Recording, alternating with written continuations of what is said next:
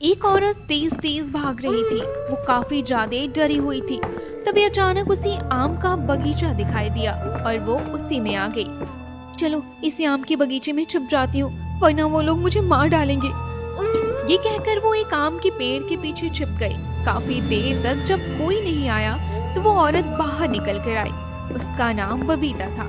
बबीता के पति को मरे हुए 2 साल हो गए थे और उसकी सास ससुर उसे बहुत परेशान करते थे।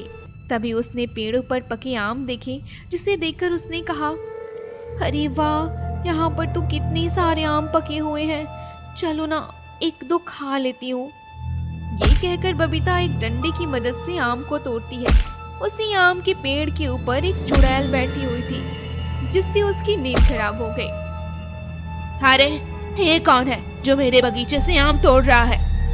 ये कहकर चुड़ैल बबीता के सामने प्रकट हो जाती है, जिससे बबीता के हाथों से दोनों आम गिर जाते हैं और वो बुरी तरह डर जाती है। अरे तुम तो चुड़ैल हो ना?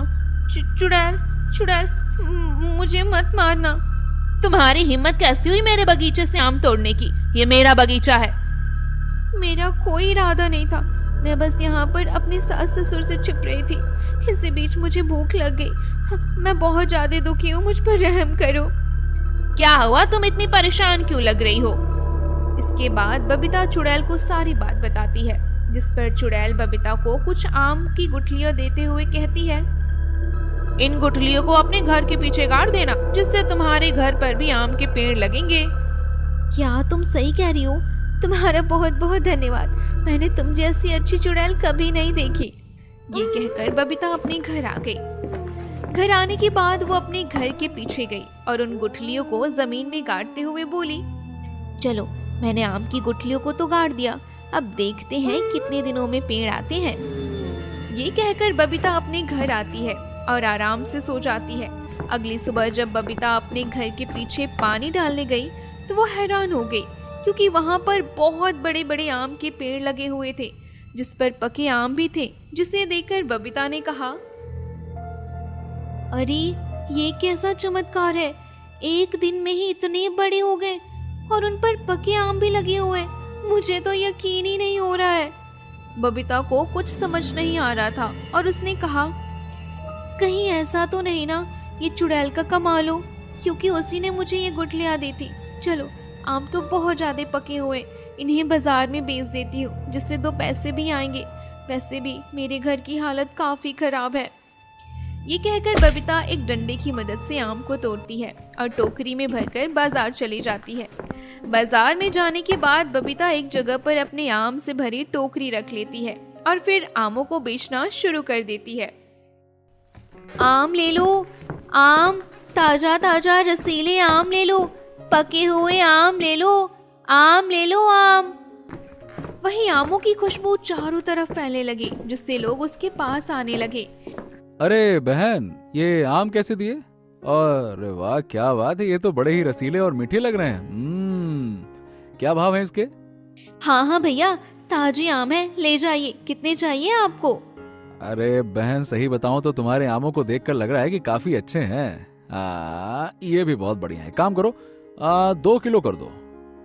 ये सुनकर बबीता राजू को 2 किलो आम दे देती है और इसके बाद धीरे धीरे बबीता के सारे आम बिक जाते हैं, जिसे देखकर वो काफी ज्यादा खुश होती है। अरे वाह, मेरे तो सारे आम बिक गए। अब ऐसा करती हूँ ना, इन पैसों से राशन ले जाती हूँ, वैसे भी मेरे घर पर राशन नहीं है। ये कहकर बबीता सारे पैसों का राशन ले जाती है। अब तो बबीता रोजाना आमों को बेचने के लिए जाया करती थी, क्योंकि उसके पेड़ों पर कभी भी आम खत्म ही नहीं होते थे। और धीरे धीरे समय के साथ बबीता काफी अमीर हो गई। वहीं जब बबीता के सास ससुर को ये बात पता चली तो वो लोग काफी ज्यादा हैरान और परेशान हो गए और सुनीता ने अपने पति श्यामदास से कहा, ए जी, ये बबीता इतनी अमीर कैसे हो गई? ये तो मुझे भी नहीं पता, पर हमें इसका कुछ ना कुछ तो करना ही पड़ेगा। हाँ, आप बिल्कुल ठीक कह रहे हैं। इसी की वजह से हमारा बेटा मरा है। हमें इसे इस तरह नहीं छोड़ सकते। आज रात ही हम इसके घर पर जाएंगे और पता करेंगे आखिर माजरा क्या है। तुमने सही कहा, क्योंकि अगर इसे छोड़ दिया तो ये और अमीर हो जाएगी और मैं ये बिल्कुल नहीं चाहता। धीरे धीरे रात गहरी हुई। वो दोनों बबीता के घर पर आए। उन्होंने देखा बबीता आराम से सो रही थी, जिसे देखकर उन्होंने कहा, अरे ये तो आराम से सो रही है। हाँ, पर आखिर ये अमीर हो कैसे रही है? चलो ऐसा करते हैं, इसके घर के पीछे चलते हैं, तब पता चलेगा। चलो आओ। हाँ चलो देखते हैं वहाँ पर क्या है। ये कहकर वो दोनों घर के पीछे आए, जहाँ पर पेड़ों पर पके आम लगे थे, जिन्हें देखकर सुनीता ने कहा, अरे इतने सारे पके आम और इतने आमों के पेड़ यहाँ कैसे, वो भी अचानक? यही तो मुझे समझ नहीं आ रहा, क्योंकि कुछ दिनों पहले तो यहाँ कुछ नहीं था, सिर्फ बंजर जमीन थी। अजी, इन आमों को देखकर लग रहा है बड़े रसीले हैं। क्यों ना हम इन्हें तोड़ कर ले जाएं, जिससे बबीता को सुबह कुछ भी नहीं मिलेगा। तुमने ठीक कहा। फिर देखते हैं ये कहाँ से आम बेच पाएगी, क्योंकि मुझे लगता है कि इन्हीं आमों से ये अमीर हुई है। कह तो आप बिल्कुल ठीक रहे हैं, क्योंकि ये इतने रसीले हैं, इन्हें तो हर कोई खरीद लेगा।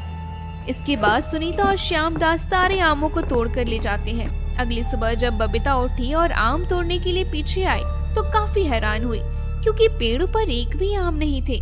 जिसे देखकर उसने कहा, अरे आम कहाँ गए? वैसे तो रोजाना मुझे आम मिलते थे, ये कैसे हो सकता है? बबीता को कुछ समझ नहीं आ रहा था और फिर वो वापस अपने घर आ गई। आखिर आज आम क्यों नहीं लगे? ऐसा तो कभी भी नहीं हुआ। कुछ ऐसा तो नहीं कि कोई मेरे आम तोड़ ले गया हो। चलो कल देखते हैं कल क्या होता है।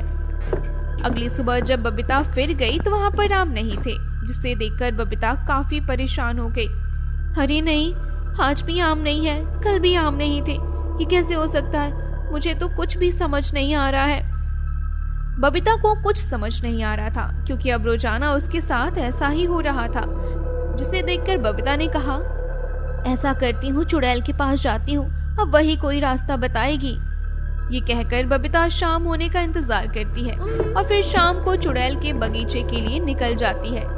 चुड़ैल के बगीचे में आने के बाद बबीता इधर उधर देखती है तो वहाँ पर चुड़ैल नहीं थी, जिस पर बबीता ने कहा, अरे यहाँ पर तो चुड़ैल ही नहीं है। ऐसा करती उन्हें बुलाती हूँ, शायद आ जाए। ये कहकर बबीता चुड़ैल को आवाज लगाने लगती है, अरे चुड़ैल कहाँ पर हो? मैं तुमसे मिलने आई हूँ। बबीता की आवाज सुनकर चुड़ैल वहाँ पर प्रकट होती है और कहती है, अरे तुम यहाँ पर, यहाँ कैसे आना हुआ तुम्हारा? मैं बहुत परेशान हूँ, मुझे तुम्हारी मदद चाहिए।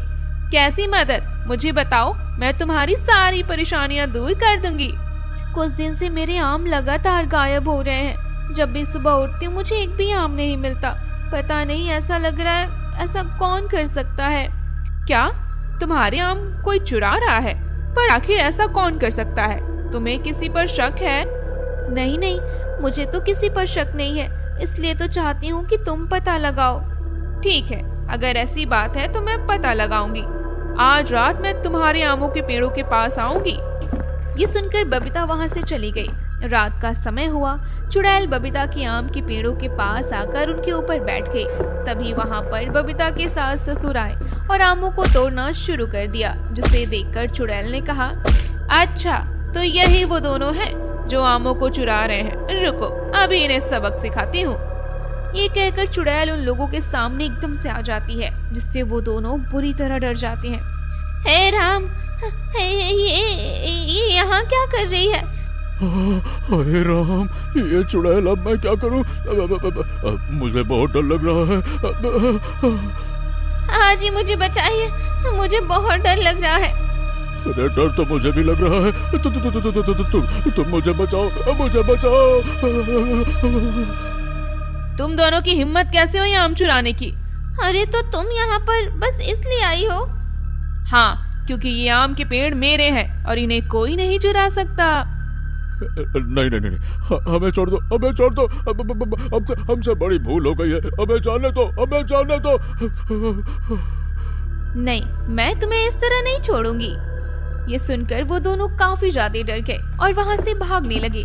तभी चुड़ैल ने उन्हें अपने लंबे हाथ करके पकड़ लिए और पेड़ से बांध दिया। वही शोर सुनकर बबीता वहाँ आ गई। अपने सास ससुर को देखकर वो काफी हैरान हो गई और बोली, तुमने इन्हें क्यों पकड़ कर रखा हुआ है? क्योंकि यही आम चोर है, यही तुम्हारे आम चुराते हैं। हमें माफ कर दे बबीता, हमसे बहुत बड़ी भूल हो गई। ये चुड़ैल हमें मार डालेगी, हमें बचा ले। हाँ बबीता, हम तेरे साथ सतुन है, वरना ये चुड़ैल हमें मार डालेगी। बचा ले हमको, हमको बचा ले, हमको बचा ले। नहीं नहीं बबीता, तुम इनकी बात मत सुनो।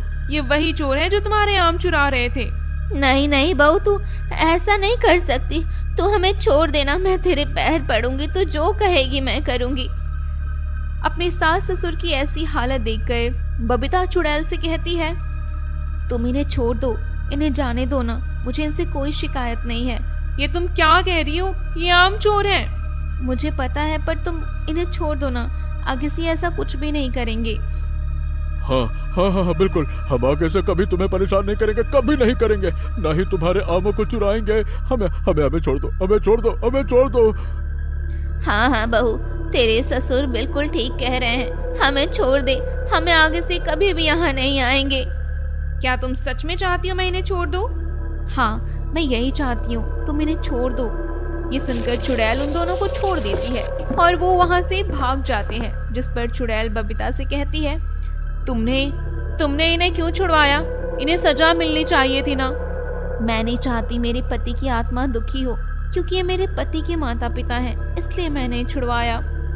ये तो बहुत अच्छी बात है, पर आज से तुम अपने आमों को भूतों के जंगल में ले जाकर बेचोगी, क्योंकि अगर सुबह तक आम रहेंगे तो लोगों की नजर इन पर पड़ेगी और तुम्हारे आमों को खतरा होगा। क्या? भूतों के जंगल पर?